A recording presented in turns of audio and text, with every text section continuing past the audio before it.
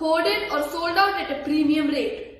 At times like these, DIY masks prove to be useful. Today, I will show the mask I made with materials available at home. The materials used are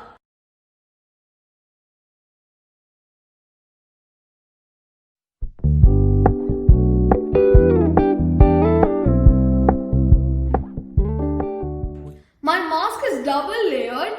It is made out of cotton cloth and it has two folds. It has a filter pocket with filter paper in it.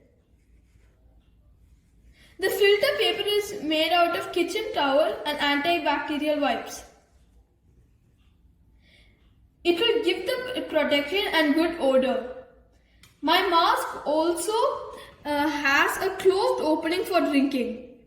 I made it from the top part of the ketchup bottle. It will only open with external pressure. Let me show you how to use the mask.